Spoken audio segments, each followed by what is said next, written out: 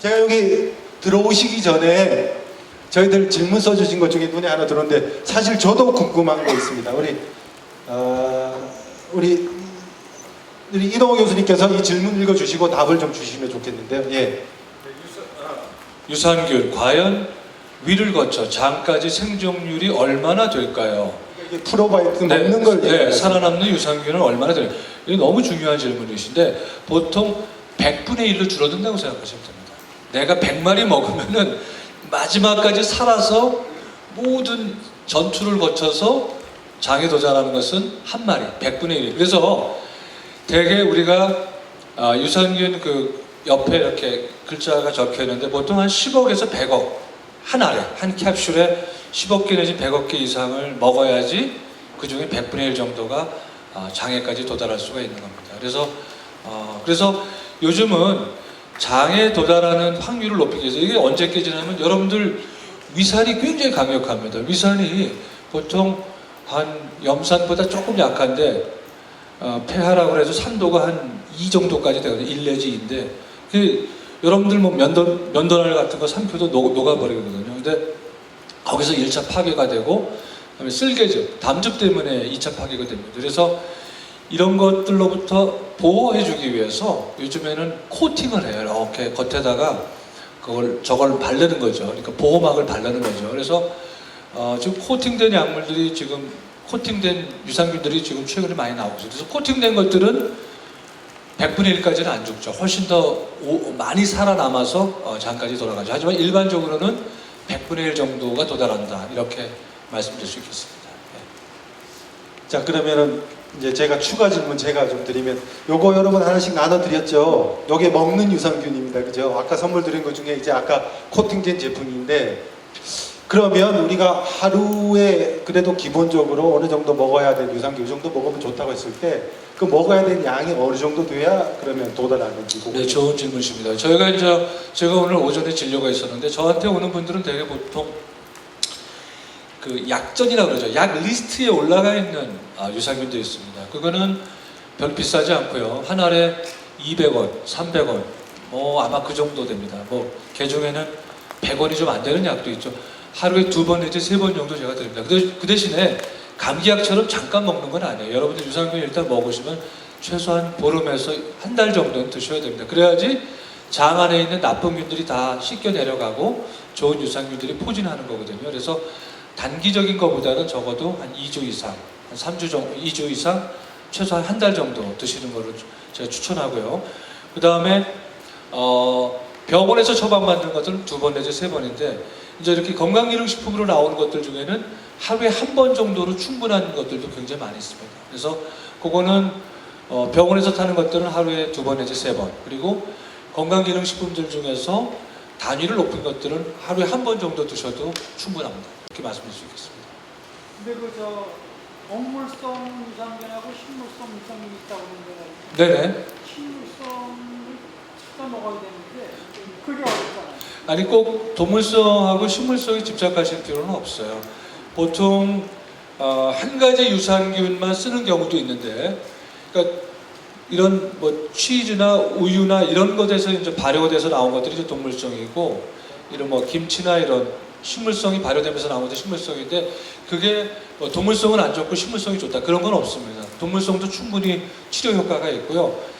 증상이 심할수록 한 가지보다는 멀티스트레인 여러 개가 섞인 게 도움이 됩니다. 왜냐하면은 이게 축구팀하고 똑같아요. 이 유산균 중에 어떤 것은 적군들을, 나쁜 식중독균을 쫓아내는 공격수 역할을 하고, 어떤 거는 또 골키퍼나 이 수비수 역할을 해주거든요. 우리가 축구 뛸 적에 11명이 뛰어야 되는 것처럼 장내 미생물도 한두 가지 가지고는 부족한 게 많아요. 물론 내가 어느 정도 건강 상태가 됐다 그럴 적에는 한두 가지 가지고 되지만은 내가 크론병이 있다든지 내가 심한 과민성 장증후군이 있다. 그런 경우에는 멀티스트레인, 다수의 균주들을, 의학적으로 검증된 다수의 균주들을 드시는 것이 도움이 됩니다. 자, 제가 잠시만요. 제가 저기 미리 써주신 거 한 2개 정도 더 하고 질문을 받겠습니다. 일단 마이크 저희 직원들이 양쪽에 있으니까 마이크에 질문을 좀 해주시면 좋겠습니다. 요거 저도 사실 궁금했습니다. 그 최근에 나온 뉴스 중에 건강한 사람은 프로바이오틱스를 먹어도 큰 효과가 없다라는 게 있었어요. 그거 어떻게 교수님 저기 해석을 해야 됩니까? 그 논문을 저도 봤는데요. 덴마크에서 나왔는데 이 논문은 조금 저희가 비판적으로 해석해야 될 필요가 있습니다. 왜냐하면은 우리가 프로바이오틱스를 먹었을 적에 두 가지 변화가 나타납니다. 먼저 나쁜 유해균들이죠. 해로운 균들은 많이 줄어들고 유익균들이 늘어나는데 동시에 장 안에서 이러한 좋은 유산균들이 내는 어떤 특정한 물질들이 있어요. 그걸 어떻게 이 좋은 세균들이 어떻게 우리에게 도움을 주냐면 우리가 물대포를 쏘듯이 이 작은 물집 방울들을 우리가 이제 애들 그 비누방울 놀이하는 것처럼 훅 불면은 방울방울 나오듯이 이 좋은 유산균에서 여러 가지 유용한 물질들이 이렇게 물총처럼 찍찍 새 나옵니다. 그러다 우리가 베지클이라는 의학적인 용어가 있는데 그 유용한 성분, 유효 성분들을 같이 측정을 해야 되는데 지금 이번에 발표된 논문들은 대부분이 균의 숫자만을 측정했거든요. 균의 유전자의 크기만을. 그래서 조금은 약간 반쪽짜리 논문이라고 볼 수 있습니다. 그 논문에서도 하나 정도는 이제 밝혀지긴 했거든요. 건강한 사람이 먹어도 도움이 된다고 밝혀졌는데 나머지 논문들은 그런 유익균의 그 장내 미생물의 숫자만을 보여줬기 때문에 조금은 좀 미흡하지 않았는가. 우리가 오늘 제가 그 슬라이드를 뺐는데 건강한 사람이 먹었을 적에 일단에 이런 감기 몸살이나 장염, 식중독이 좋아져서 결석률이 좋아졌다는 보고들은 꽤 있습니다. 직장인들도 결석을 적게 하고 학생들도 독감이나 감기 몸살, 장염으로 결석을 적게 하고 그리고 애들, 특히 유치원생들, 초등학생들을 대상으로 한 실험들도 많습니다. 아무런 병도 없었어요. 그냥 유산균만 한 군은 주고 한 군은 안 줬는데 유산균을 먹은 그룹들이 결석을 더 안 해. 훨씬 더 그런 감기 몸살이나 그런 우리가 흔히 걸리는 건강인들이 흔히 걸리는 질환에 왜 면역 시스템이 활성화되기 때문이죠. 그래서 이번에 나온 그 덴마크 연구 결과는 조금 그런 면에서는 미흡한 점이 있었다 이렇게 말씀드릴 수 있겠습니다. 자 여기 저기 어느 분 질문 주셨는데 아마 이런 고민들 하시는 분도 계실 것 같습니다. 화장실에서 변을 잘 못 보는데 소화기 내과나 대장 내시경이나 어떤 검사가 필요하냐? 예. 네, 이거 굉장히 중요한. 우선은 평생 잘 보시다가 이렇게 대변이 현찮게 나오면은 일단 한 번은 대장 내시경을 하셔야 됩니다. 왜냐하면 어르신들은 대장암이나 대장 큰 용종이 이러한 쾌변이 안 되는 걸로 이제 처음 증상을 보여주기도 하거든요. 그래서 과민성 장증후군이 뭐 젊을 때부터 쭉 있었던 분들이야 그걸 이해가 가지만은 비교적 평생을 통해서 좋았는데 요 근자에 한 몇 달 전부터 쾌변이 안 나오고 좀 용쓴다, 조금 불편 그런 경우는 장내시경을 한번 해보는 게 도움이 될 것 같습니다. 왜냐하면 지금 아까도 말씀드렸죠. 우리나라에 가장 목숨을 많이 그러니까 앗아가는 암, 치명적인 암 1위가 폐암이고 두 번째가 대장암이거든요. 근데 대장암은 초기에 발견하면 완치율이 한 90%가 넘습니다. 그래서 대장 내시경을 추천하고요. 그리고 대장 내시경 우리나라 굉장히 싸요. 여러분들 알겠지만 우리나라 내시경 값이 놀라지 마세요. 몇 년 전에 중국보다 싸다고요. 중국보다 싸다고 그러니까 요새 어디 가도 인도보다 더 싸대. 그 정도로 굉장히 저렴하게 할 수 있다는 겁니다. 그래서 제가 보기에는 대장 내시경을 먼저 한번 해서 한번 자신감을 가지도록 이렇게 추천을 드리겠습니다. 자 우리 질문 저기 예, 유산균에 대해서 여쭤보고 싶어요. 그 집에서 이거 일반적인 우유로 가지고 네. 그 불가리스를 첨가해 가지고 만들어 먹는 경우가 있잖아요. 그렇죠. 네. 전자레인지. 네. 그게 얼마나 효능이 있으면은 저 같은 경우는 장 중축을 인해 가지고 소장 3분의 1, 대장 3분의 1을 잘라냈습니다. 네. 근데 그걸 먹다 보니까 어떤 경우가 생기냐 하면은 한 사나흘 되면은 변질이 되더라고요. 냉장고 속에서. 변질, 그렇죠. 예, 색깔이 누르스름한데 보관기간이랑 그 효능은 그걸 입증할 수 있는지 그게 궁금합니다. 네, 좋은 질문이신데 우선은 만들어 드시는 거는 좀 괜찮습니다. 하지만 지금 얘기했지만 어느 정도 기간이 지나면 이제 잡균들이 다 번식하거든요. 그러니까 만들어서 빨리 드셔야 돼요. 하루 이틀 안에 또 해서 또 만들고 그렇게 하셔야지 하나의 유산균을 가지고 제대로 보관하지 않으면은 그 안에서 또 다른 2차, 3차 번식이 일어나면서 다른 그때는 그런 락토바시러스 불가리스 외에 좋은 유산균 외에 다른 잡균들이 들어갑니다. 김치도 마찬가지예요. 김치도 잘 익었을 때가 제일 싱싱하고 맛있는데 이제 이게 너무나도 오래되면은 소위 말해서 유해균들도 조금씩 번식을 하거든요. 그래서 제가 보기에는 빨리 싱싱한 상태에서 드셔야 되고, 또 하나는 건강한 사람 같은 경우에는 뭐 불가리스균, 락토바시러스 한 가지만 가더라도 저는 충분합니다. 하지만은 조금 심한 분들은 집에서 만드는 거 하나 드시고, 그 다음에 치료용으로 저는 뭐 한두 알 정도 더 같이, 아까 얘기했지만 멀티스트레인, 축구팀처럼 선수 하나보다는 여러 팀이 합동작전하는 것이 훨씬 더 질환을 극복하는 데 도움이 될 수 있을 것 같습니다. 자, 질문 받겠. 예, 저 가운데 마이크 좀 전달해 주시죠. 저 교수님께서 작년 12월 초에 이 조선일보에 이 위 건강 진단표를 이 시골에 작성을 하셨는데, 그게 이제 내용에 보면은 변이 묽거나 흩어지는 경우에 그렇죠. 아마 그런 경우가 있었습니다. 네. 그래서 제가 이 프로바이오틱스를 그때부터 복용을 했었는데, 네. 또 다른 병원에 한번 가보니까 그런 제가 이제 묽은 변이나 그 설사 있는 변을 자주 본다고 하니까 그 프로바이오틱스는 설사를 유발할 수도 있으니까 잠깐 중지하는 것도 어떠냐는 그런 얘기를 하던데, 그에 대해서는 선생님 의견은 어떻습니까? 네, 좋은 질문이신데, 장내 미생물 중에는 자동차로 치면은 엑셀레이터, 왱 밟아서 빠르게 하는 균도 있고 느리게 하는 균도 있어요. 그래서 느리게 하는 균이 대표적으로 메탄가스를 만드는 균들이에요. 메탄가스가 장내에서 많이 생기면은 변비가 생깁니다. 악성 변비가 생기죠. 반면에 어떤 균들은 세로토닌 같은 게 만들어지면서 장 운동이 촉진되죠. 그래서 우리가 유산균을 줬을 적에 어떤 경우는 변비나 설사가 좋아지기도 하지만은 반대로 변비가 되거나 아니면은 설사가 되는 경우들도 있습니다. 이게 개인 차이가 좀 있는 편이고요. 저는 근데 일반적으로 멀티스트레인, 우리가 한 두 가지 정도, 세 가지 정도 같이 주면은 장 안에서 어느 정도 균형을 이룹니다. 그래서 굳이 설사나 변비 쪽으로 가지 않고 한 중간 정도를 우리가 유지할 수 있는 거죠. 그래서 제 생각에는 만약에 설사나 변비 쪽에 치우친다면은 밖에서 아마 소화기내과 선생님하고 상의해가지고 아마 두 가지 종류를 한번 같이 한번 드실 것을 권유하고 싶습니다. 물론 아까도 말씀드렸지만 개인 차이는 좀 있는 것은 있습니다. 어떤 분들은 유산균 먹고 처음에 조금 적응 기간이 생길 수도 있어요.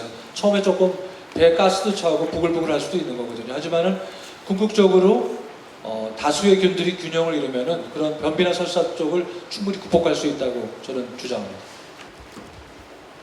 안녕하세요. 네. 유산균을요. 네. 지금 여기서 하는 거를 지금 먹고 있는데요. 네네. 그게 빈속에 일어나자마자 먹는 게 좋은지 아니면 식후 한 1시간 뒤에 먹으면 좋은지 이걸 알고 싶어요. 네, 아주 굉장히 좋은 질문이신데 큰 차이는 사실 없습니다. 저 같은 경우는 식후에도 많이 처방하는데, 왜냐하면 저 같은 경우는 대부분의 약들이 이제 식후 처방이기 때문에 같이 드시도록 하는데, 이렇게 얘기하는 분들도 있어요. 유산균 기초하시는 분들은 일단 위산은 우리가 음식을 먹으면 많이 쏟아져 나오니까 식후에 먹으면 위산량이 조금 평소보다는 올라가니까 유산균이 조금 더 파괴될 가능성이 있다. 그래서 식전을 추천하기도 합니다. 하지만 요즘 나오는 유산균들 중에는 대부분이 코팅이 잘 돼 있거든요. 그래서 위산의 파괴가 잘 안 됩니다. 그래서 굳이 식전 식후를 굳이 따지지 않아도 되는 경우들이 많거든요. 그래서 비교적 코팅, 요즘 뭐 코팅 많이 하는 경우는 뭐 이중 코팅에서 많이 하는 경우는 3겹, 4겹까지 하거든요. 그래서 코팅이 잘 된 경우에는 굳이 식전 식후 가리지 않아도 된다. 근데 옛날 스타일의 유산균이라면은 식전이 조금 나을 수는 있다. 하지만 큰 차이를 보이진 않는다. 저 같은 경우는 다른 약하고 같이 드셔야 되기 때문에 저는 식후 처방도 많이 합니다. 그래서 꼭 거기에 얽매이지 않으셔도 되지 않을까 생각합니다. 그게 아니고요. 네. 저희는 티베트 버섯을 가지고 네. 요구르트를 만들어서 먹고 있어요. 예, 예. 그런데 인터넷에 봤더니 티베트 버섯은 버섯으로 만든 유산균 야구르트는 네. 저기 항생제가 나온다 그래요. 항생제가? 네. 그래서 그 안에서? 예. 그러니까 너무 많이 이제 먹지 말고 잠시 뛰었다가 아. 그렇게 먹으라고 해서 이걸 어떻게 해야 되는지 그게 아. 궁금해서. 아마 좋으신 질문입니다. 아마 항생제보다는 우리가 박테리오신이라고 좋은 유산균들은 이 나쁜 독항균들, 식중독균들을 그러니까 물리치는 물질들을 분비하거든요. 그래서 항생제 자체가 만들어지는 건 아닙니다. 그래서 제 생각에는 특별히 그런 불편한 증상이 없으시는 한은 그렇게 쉬실 이유는 없다고 생각합니다. 항생제는 아니고요. 항생 물질이 일부러 만들어지는데 그거는 좋은 균은 대개는 살려줄 수 있고 그런 그런 이질균이라든지 대장균 같은 나쁜 균만 공격하거든요. 그래서 제 생각에는 굳이 항생제는 아니고 항균 물질이다. 항균 물질이고 특별한 일이 없으시면은 그것 때문에 중단할 필요는 없다. 이렇게 말씀드릴 수 있겠습니다. 네, 질문. 아까 그 네. 대변에 대해서 굉장히 그 좁은 세균이 있다고 말씀하셨는데 그렇죠. 네. 혹시 소변에 대해서도 연구하신 거나 공부한 게 있으면 말씀해 주세요. 아주 좋은 질문입니다. 이 소변으로는 균 자체는 이동은 못하지만은 이 좋은 유산균이 낸 물질, 수포들은 돌아다닐 수 있습니다. 그래서 우리가 옛날에 애기 소변들 받아 먹었잖아요. 피부에도 바르고 그거 다 이유가 있습니다. 거기에 있는 좋은 유산균이 뿜어낸 물질들을 바르거나 먹는 겁니다. 우리가 소변도 마셨잖아요. 저는 그게 다 우리 선조들이 그렇게 소변을 그냥 마실 정도로 그렇게 무식한 선조들 아닙니다. 굉장히 지혜로운 역사거든요. 저는 소변이나 대변을 약재로 쓴 것들은 분명히 이유가 있었다. 그 안에 있는 좋은 유산균들을 활용했었던 우리 선조들이 지혜라는 겁니다. 자, 제가 재밌는 얘기 할게요. 여러분들 그 침팬지 아시죠? 침팬지들도 사람처럼 집단 생활하는데 이 제인 구달 박사라고 유명한 박사가 그 평생을 침팬지만 관찰한 연구가인데 구달 박사가 굉장히 엄청난 사실을 발견했어요. 여러분들 침팬지라고 해가지고 식중독이나 장염에 안 걸릴 것 같습니다. 걔네들도 썩은 거 먹다가 걸려요. 침팬지가 썩은 음식을 먹고 배탈이 나고 막 아수라장이 되잖아요. 그럼 어떤 일을 벌이는지 아세요? 자기 동료의 대변을 먹습니다. 그리고 납니다. 동물이 사람보다 더 훌륭해. 이게 지혜입니다. 엄청난 지혜입니다. 자, 여러분들 새끼 코알라가 처음서부터 잎사귀를 먹지 못하면 잎사귀를 소화시킬 수가 없어요. 소화 효소가 없어요. 어느 정도 크면은 어미가 자기 새끼 코알라한테 어떤 짓을 시키는지 아세요?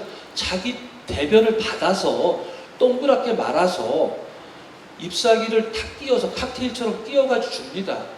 왜 새끼한테 주는지 아세요? 이 순간부터 나의 유산균을 네가 이어받아라. 네가 먹고 네가 이제 잎사귀 먹고 소화시켜. 그 다음서부터 코알라 새끼는 잎사귀를 소화시킬 수 있고 어른으로 크는 겁니다. 이미 동물들은 다 알고 있었어요. 이게 엄청난 겁니다. 똥이 아니에요. 똥은 우리의 약이고 치료제고 똥은 또 돈이 되는 시대입니다. 똥에 대해서 우리는 다시 한번 경배의 눈길로 찾아가야 된다. 돌아다녀야 된다. 저는 이렇게 말씀드리고 있습니다. 네, 또 질문. 예.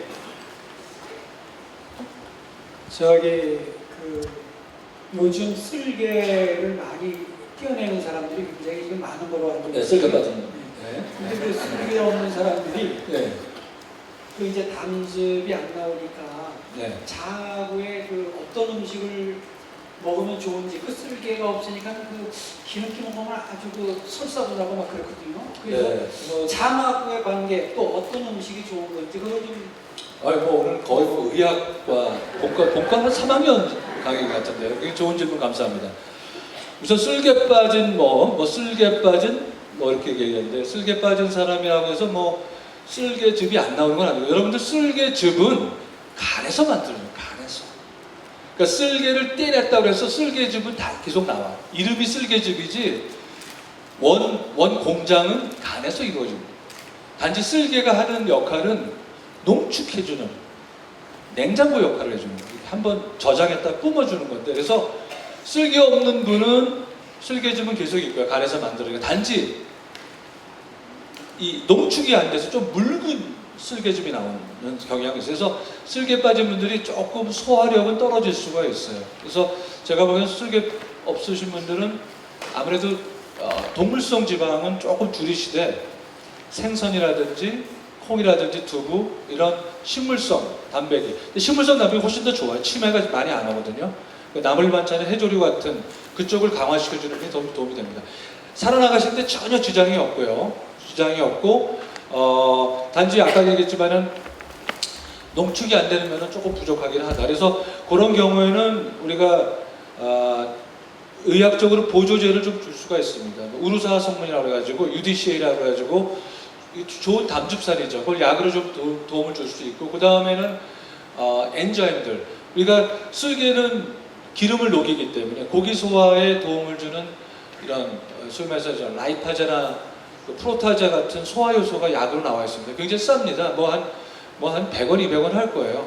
뭐 그거는 약국이나 아니면 여러분들 뭐 가까운 의원 가셔서 쓸개 소화에 고기 육식 소화에 소음이 되는 소화제들을 청하면은 아마 충분히 여러분들 처방을 받으실 수 있을 겁니다. 전혀 살아나가시는데 지장 없습니다. 네. 자신감을 가지셔도 됩니다. 네, 또 질문 받겠습니다. 네, 저쪽.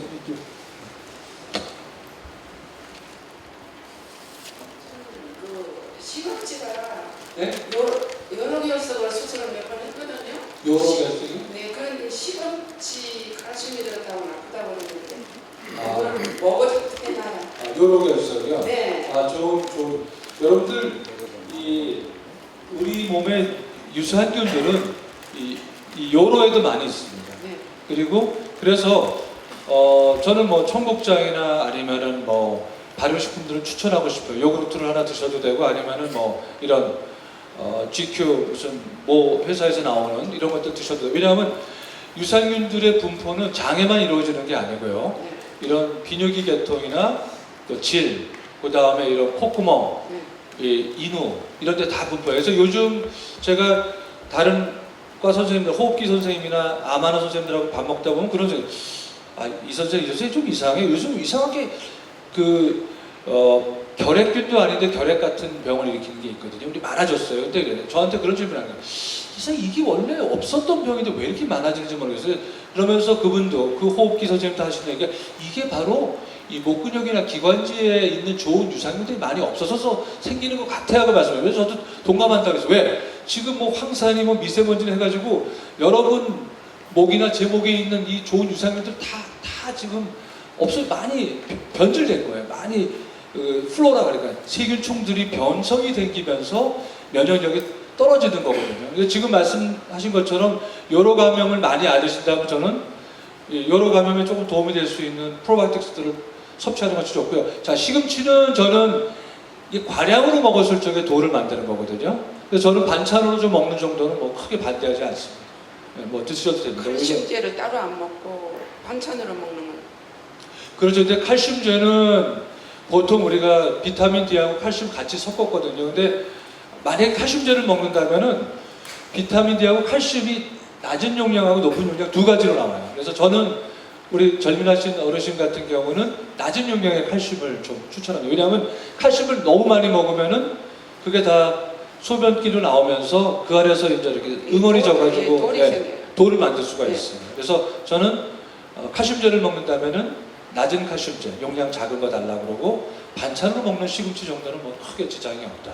그렇게 말해요. 반찬은 그냥 먹고 여기도 그러니까 그거 유산균이 도움이 된다는 말이죠. 여러 그거 결석. 당연히 도움이 되죠. 당연히 도움이 되죠. 자, 제가 유산균이 도움이 왜 여러분들 응애하고 태어날 적에 하느님이 우리 엄마의 질을 통해서 태어나도록 한지 아세요? 아기 때 우리가 탯줄 달고 태어날 때는 우리 몸 안에 균이 하나도 없어요. 무균 상태인데 바로 태어날 때 엄마의 질을 통과할 때 질 안에 있는 락토바실러스를 입에다 바르고 먹으면서 나오는 거예요. 세리머니. 그리고 여자들은 특이하게 제가 의학도에 있을 적에 이상하게 그 소변하고 항문 사이가 질하고 항문 사이가 굉장히 좁아요. 그래서 여자분들이 요로 가면 잘생기는 게 바로 그거예요. 남자들은 간격이 굉장히 떨어져 있는데 여자분들은 거의 같은 동네에 살아. 아파트 같은 동이야. 근데 이게 하느님이 그렇게 만든 거예요. 왜? 자, 질을 통해서 아기가 좋은 유산균을 먹으면서 나오고 그다음에 두 번째 스킨십은 어디서 이루어지냐면 엄마 항문 주위에는 또 좋은 유산균, 또 똥들이 약간씩 발라져 있어요. 그걸 또 핥으면서 한번 나와. 두 번째. 이게 신의 한 수예요.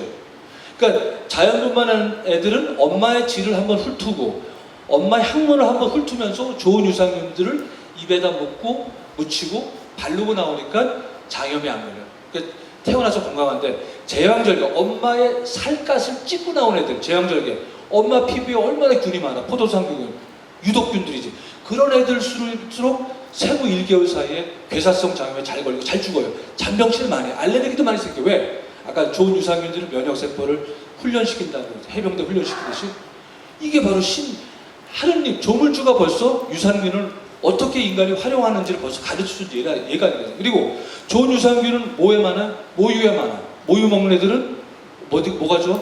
머리가 좋아. 두뇌 발달이 좋아. 근데 우유 먹는 애들은 어떻게 돼? 몸집은 무지하게 큰데 뭐가 안 돼? 여기 안 돼. 여기 안 돼. 뇌가 발달 안 돼. 요즘 애들 보세요. 등치는 되게 커. 근데 뭐가 안 돼? 여기 안 돼. 여기 두뇌 발달이 안 돼.